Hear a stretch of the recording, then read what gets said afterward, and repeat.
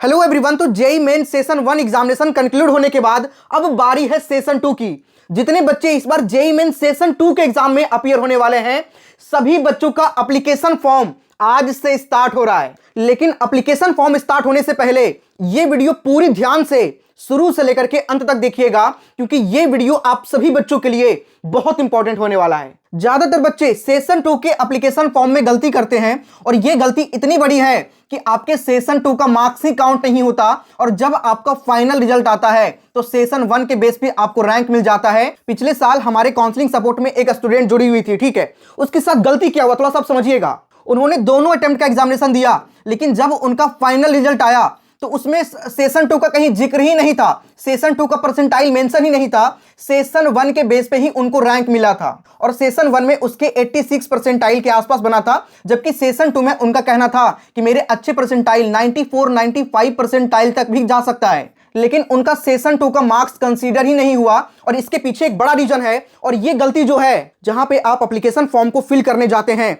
तो cyber cafe वाले कर देते हैं। तो कौन सी गलती है जो आपको नहीं करना है, सारी बातें आज के इस वीडियो में करेंगे। वीडियो बहुत इंपॉर्टेंट होगा। अगर आप सेशन 2 के एप्लीकेशन फॉर्म को फिल करने जा रहे हैं तो इस वीडियो में मैं आपको बहुत सारी इंफॉर्मेशन दूंगा, सो पूरी ध्यान से देखिएगा। लेकिन उससे पहले जो भी बच्चे नए हैं सब्सक्राइब करके बेल आइकन दबा लीजिएगा, क्योंकि ये चैनल अभी से लेकर के जब तक आपके एडमिशन नहीं हो जाते, इवन काउंसलिंग तक, मतलब JEE Main session 1 session 2 advance, उसके बाद आपके प्रॉपर जोसा और सीसैट काउंसलिंग, उसके अलावा हर एक स्टेट लेवल काउंसलिंग में मैं आपकी कंप्लीट मदद करता हूं। तो सभी लोग अभी सब्सक्राइब करके बेल आइकन दबा लीजिएगा। बेल आइकन दबाने से फायदा यह होगा कि जो भी वीडियो यहां पे आएगी उसकी नोटिफिकेशन आपको मिलती रहेगी, ठीक है, और आपसे कोई भी चीजें मिस नहीं होगा। सो आप लोग जल्दी से सब्सक्राइब कर लीजिएगा। चलिए सबसे पहले यह समझते हैं कि आपके एप्लीकेशन फॉर्म कब से कब तक चलेगा सेशन 2 का।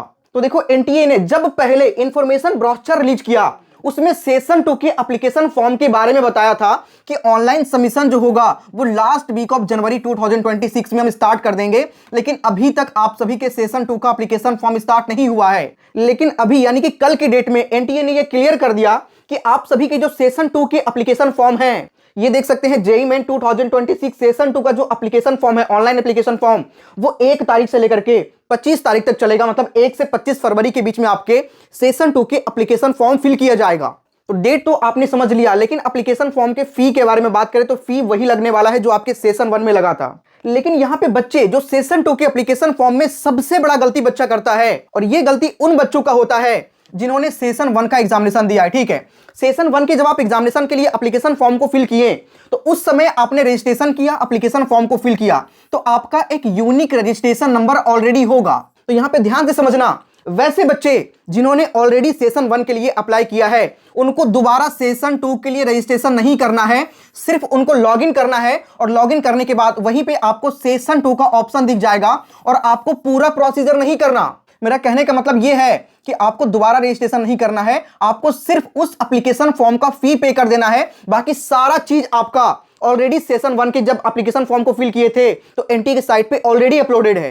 तो सेशन 2 के टाइम पे आपको दोबारा रजिस्ट्रेशन नहीं करना है, क्योंकि ऑलरेडी आपका एक बार रजिस्ट्रेशन हो चुका है। लेकिन वैसे बच्चे जो नए कैंडिडेट हैं, जो सेशन 1 का एग्जाम नहीं दिए हैं, बहुत सारे बोर्ड वाले बच्चे होंगे, बोर्ड एग्जामिनेशन की तैयारी करते हैं तो सेशन 1 का एग्जाम नहीं देते हैं, या फिर कुछ बच्चे किसी रीजन की वजह से सेशन 1 के एप्लीकेशन फॉर्म को यानी कि रजिस्ट्रेशन नहीं किए हैं, तो वही बच्चे सिर्फ सेशन 2 के लिए अप्लाई करेंगे, आई मीन की रजिस्ट्रेशन करेंगे, ठीक है। एक बच्चा का 2 रजिस्ट्रेशन नंबर नहीं हो सकता, ठीक है, इस बात को आप ध्यान रखना। मेरा कहने का मतलब यह है कि एक बच्चा का 2 रजिस्ट्रेशन नंबर नहीं हो सकता है। और ये चीजें पिछले कुछ सालों में मैंने बार बार देखा है। बहुत सारे ऐसी कंडीशन मेरे सामने आया कि बच्चे का कॉल आता है कि सर हमारा 2-2 बार रजिस्ट्रेशन हो गया, अब हम करें तो करें क्या। और ये जीता जागता उदाहरण हमारे सामने है कि जिसका 2-2 बार रजिस्ट्रेशन हुआ, सेशन 1 सेशन 2 के लिए अलग अलग रजिस्ट्रेशन पे उन्होंने एग्जामिनेशन दिया, उनका जब फाइनल रिजल्ट आया तो यही नहीं समझ पाते हैं कि किस रजिस्ट्रेशन नंबर को लॉगिन करके हम डाउनलोड करें, और सेशन 2 का तो डेटा ही डिलीट हो जाता है। मतलब सेशन 2 का आपका रिजल्ट ही नहीं आता और सेशन 1 के रैंक के बेस पे ही आपको एडमिशन लेना होगा। सेशन 2 आप देंगे तो कोई मतलब नहीं रहेगा उस चीज का। और जब एनटीए आपको 2 ऑप्शन देती है कि सेशन 1 सेशन 2 में जिसमें बेटर होगा उसके बेस पे आपको रैंक मिले, तो इस चीज का फायदा ही नहीं मिल पाएगा आपको, ठीक है। तो ये चीजें एकदम ध्यान से समझिएगा कि जो बच्चे सेशन 1 में ऑलरेडी एप्लीकेशन फॉर्म को फिल कर लिए हैं उनको सेशन 2 के एप्लीकेशन फॉर्म के लिए ओनली पेमेंट करना है, उनको दोबारा रजिस्ट्रेशन नहीं करना। दोबारा रजिस्ट्रेशन उन्हीं को करना है जिन्होंने सेशन 1 के लिए रजिस्ट्रेशन नहीं किया था।